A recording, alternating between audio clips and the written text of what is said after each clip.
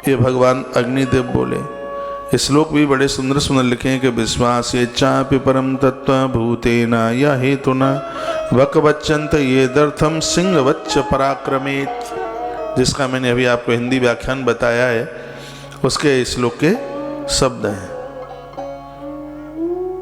बड़ी सुंदर सुंदर बातें कही हैं। अनजान स्त्री से राजा यहां तक कि वार्ता भी ना करे, अज्ञात नौका में ना बैठे, अज्ञात वाहन में ना बैठे, अज्ञात जिसको जानकारी नहीं है उसकी गाड़ी में ना बैठे। राष्ट्र को चूसने वाला राजा राज्य तथा जीवन दोनों से भ्रष्ट हो जाता है। राज्य की जो संपदा है वो प्रजा की खातिर होनी चाहिए, अपने परिवार के लिए नहीं, अपने खानदान के लिए नहीं। यह गलती धृतराष्ट्र कर बैठा था। एक बार फिर जयकारा लगाओ, बोलो बांके बिहारी लाल की जय, श्री हनुमान जी महाराज की जय हो, जय जय श्री राम, जय जय श्री राम, श्री राम।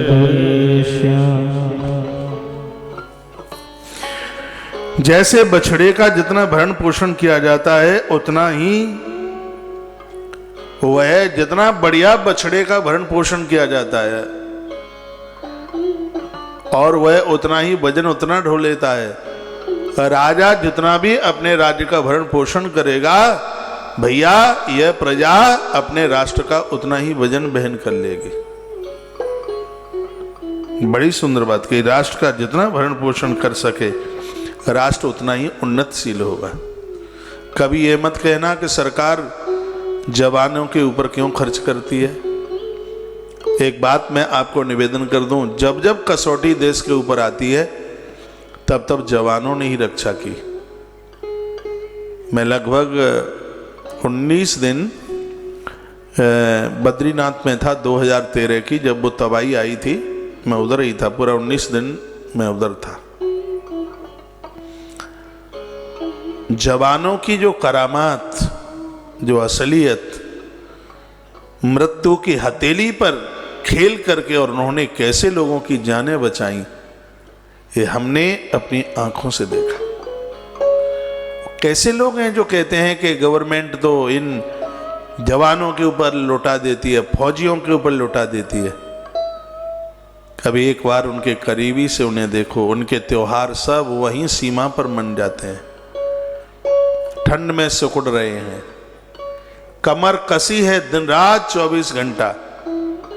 उन्हें तनख्वाह दे करके उनकी सेवा से चुकता नहीं हो सकता देश, कभी भी नहीं हो पाएगा। और राजा वही धन्य है जो अपने देश में जवानों का, किसानों का, वृद्धों का, विवेकी लोगों का, स्त्री वर्ग का, मातृशक्ति का आदर करना जानता हो, मान करना जानता हो। अग्निदेव कहते हैं, हे वशिष्ठ, स्वयं भगवती सत्ता उसके विग्रह में आकर के वास करती है। भगवान अग्निदेव ने लगभग 17 पन्नों में राजा के धर्म का वर्णन किया, राष्ट्र धर्म का वर्णन किया, अग्नि पुराण में सबसे ज्यादा। श्री मनुजी महाराज ने भी जो भी कुछ राज सत्ता के बारे में कहा होगा वह सब अग्नि पुराण में बहुत विस्तार पूर्वक कहा गया। इतनी सी बात मैंने इसलिए सुना दी है कि हो सकता है कि आपका बेटा गांव का प्रधान हो, आपका बेटा सरपंच हो, आपका बेटा एमएलए हो, आपका बेटा एमपी हो, आपका बेटा और कोई ऐसे राष्ट्र के उन सूत्रों को संभालने वाला ऐसा कोई समाज सेवी हो। तो यह बातें उन्हें बताने के लिए जरूरत है। राष्ट्र में जो होता है खजाने में, उसको हम अपने पूर्वजों का नहीं, राजा को चाहिए कि उसको प्रजा की ही संपदा समझे, प्रजा की संपदा समझे उसे। ऐसा राजा बड़भाग्य भाग्यशाली है। अपने देश की, अपने राष्ट्र की बदनामी मत सहन करना, राष्ट्र के लिए समर्पित हो जाना। एक 2 मिनट की बात कहकर मैं बस आगे बढ़ रहा हूं। राम तीर्थ बहुत बड़े संत हुए अपने देश में, जैसे रामकृष्ण परमहंस हुए ऐसे ही महात्मा राम तीर्थ दुनिया छोड़ के तो छोटी सी उम्र में चले गए। देश से बड़ा स्नेह और प्रेम करने वाले थे। जो राष्ट्र के बारे में जो लोग कुछ बोलते हैं तो वो इन महापुरुषों का एग्जाम्पल देते हैं, प्रमाण देते हैं। एक बार वो जापान की यात्रा में थे, रेल के डिब्बे में बैठे हुए थे और उस दिन 11 एकादशी पड़ गई और वो एकादशी करते थे। एकादशी पड़ गई तो आगे जैसे स्टेशन पर गाड़ी रुकी तो उन्होंने इधर उधर देखा तो उन्हें कहीं कोई फल मिले नहीं। 11 का दिन था तो मन मारकर फिर आके अपनी बर्थ में बैठ गए और बोले हमने तो सुना था कि जापान तो विकसित लोगों का देश है, लेकिन यहाँ काय का विकास है? यहाँ तो केले नहीं मिले खाने के लिए, यहाँ तो कोई फल ही नहीं मिला खाने के लिए। 10th क्लास में पढ़ने वाला एक कोई बालक ठीक सामने सीट पर बैठा हुआ और महात्मा की उस भाषा को समझ रहा था। और महात्मा जी ऐसे बोल रहे थे, यहाँ कुछ मिला ही नहीं खाने के लिए, हमने एकादशी की है। इतने में गाड़ी अगले स्टेशन पर जाके रुकी तो गाड़ी से उतर करके वह बालक गया और कहीं से वह 2 किलो सेब लेकर के आ गया, महात्मा जी के सन्मुख रख दिए और उसने अपनी भाषा में कहा, गुरुजी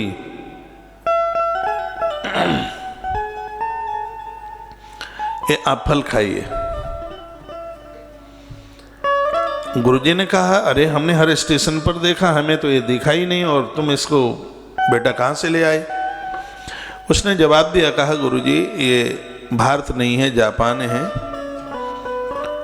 और हमारे देश में ये सब चीज़ें अंदर बाजार में खाने पीने की चीज़ अंदर सुरक्षित रखी हुई मिलती हैं और ये ऐसी चीज़ यहाँ रोक लगी है कि खाने पीने की चीज़ है वो धूल धक्कड़ में वो स्टेशन पर नहीं मिलेगी। गाड़ी ज़्यादा देर के लिए रुकी थी, ये मैं लेके आ गया।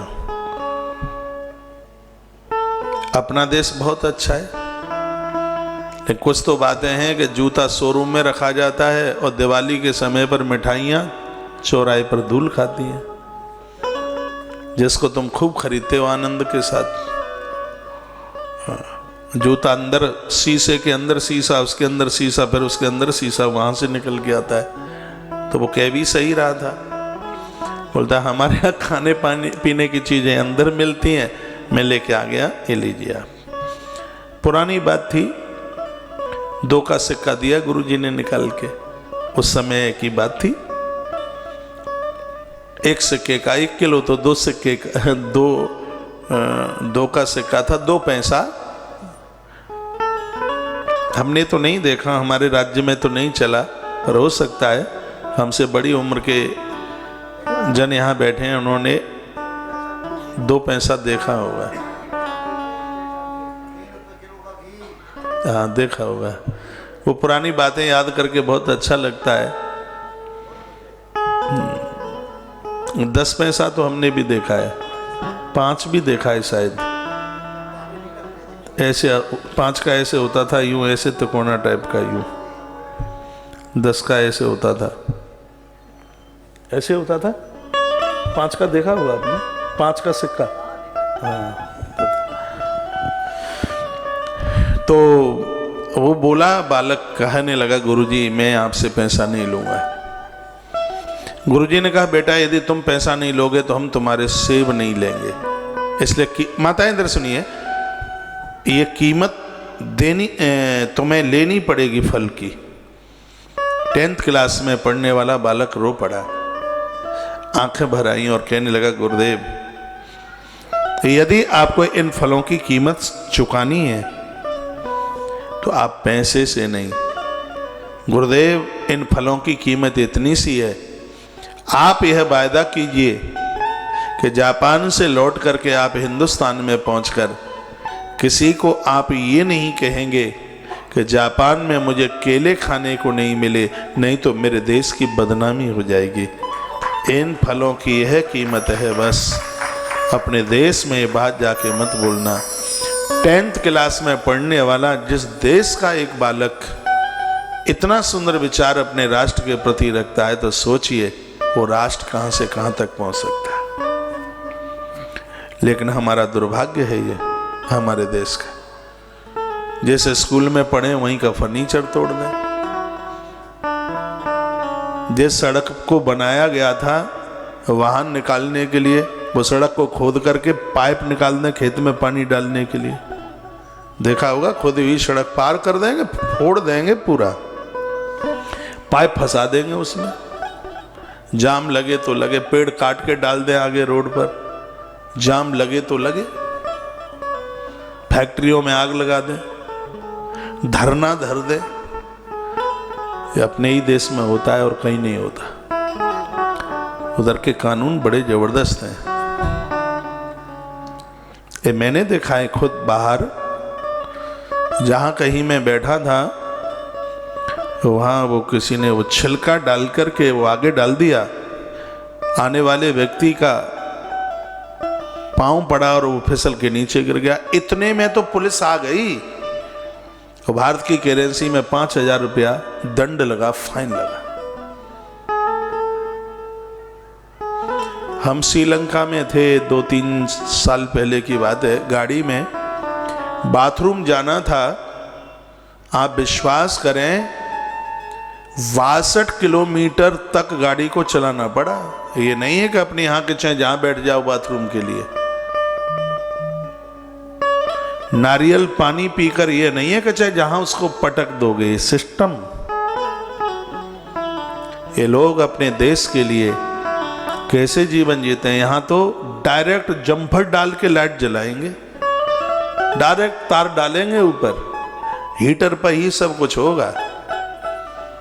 कैसे होगा उस देश का विकास? सोचें, विचार करें। हम रामकृष्ण के पुजारी हैं, लेकिन हम भारत माता के भी तो पुजारी हैं। भारत माँ के पुजारी हैं, तभी तो यहां बैठ करके बात कह पा रहे हैं। ये बात कहां सौभाग्य में होती यदि दूसरी जगह पे होते तो। ये ग्रंथ भी कहता है कि राष्ट्र को अपने परिवार से ज्यादा मानो, राष्ट्र को अपने परिवार से ज्यादा मानो। राष्ट्र का तो विकास तब होगा जहां के नेता गड़बड़ करेंगे, जहां की प्रजा ही गड़बड़ करेगी तो क्या होगा? राष्ट्र खोखला हो जाएगा, अन्यायियों का शासन होगा, अन्यायियों का अधिकार होगा। तो ये 17 पन्नों में जो बात कही गई है वो बड़ी अद्भुत है। अग्नि पुराण की ये बातें तो जो सत्ता में हैं, राजधर्म की तरफ उन्होंने अपने पांव बढ़ाए हैं, उन्हें तो ये पढ़ लेना चाहिए। क्या सुंदर लिखा है। 7 महीने की गर्भवती नारी अपना पूरा ध्यान बच्चे के ऊपर रखती है, उसी प्रकार से राष्ट्र के राजा को अपनी प्रजा के ऊपर ऐसा ही ख्याल रखना चाहिए। तब देखिए देश का कितना विकास होता है।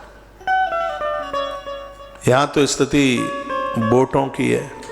वोटों के लिए चाहे जो बुलवा लो आप, चाहे जो तुम जो कहोगे सो।